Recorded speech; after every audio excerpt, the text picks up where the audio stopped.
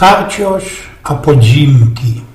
Mam ci we Warszawie kamrata, robili mi do kupy na międzynarodowych targach poznańskich, kiedy jest ci pieronym uwziętym i zowdzitym karciorzem. Rózdeczko wygro inkszą razu mocno przedrzysto i tak mu się ten jego światek kulał aż do załońskiego roku. Chycił ci on się we pokera ze 4 festelnie zabranymi pampuniami spod Warszawy, te takimi wiecie badylożami, w którzy do Warszawy muszą 4 dni wołami jechać. We ten dzień pieronym ci się temu mojemu kamratowi darzyło i na ostatku pokazało się, co wygrał on od jednego z tym bambrów, plantacja podzimków.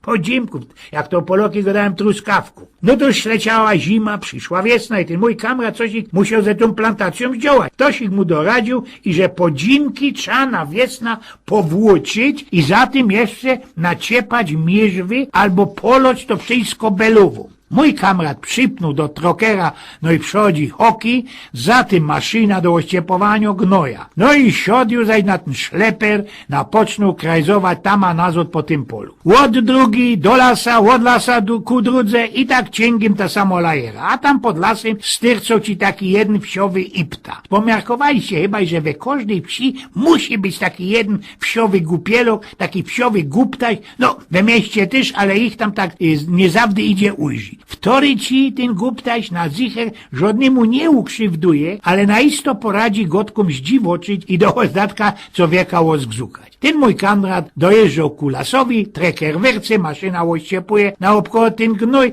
larmo i capienie, choby całki gnojok mu napukać leciał, a tak już ze daleka ten wsiowy iptach kiwał ku niemu gracom i wrzeszczał.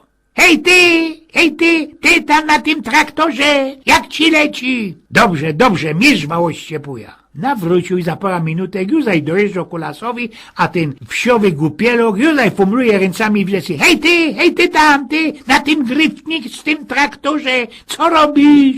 Ościepuja hopie gnój na ta plantacjo. Za parę minutek już jest przy lesie i już ten wsiowy ipta ciubaryk fachluje gracami wreszcie ku niemu. Hej ty tam, ty szykowny Karlusie, na tym najgryfniejszym traktorze, co robisz? Mój kamrat tak do ostatka już łozgzukany wrzeszczy na całki karpędy.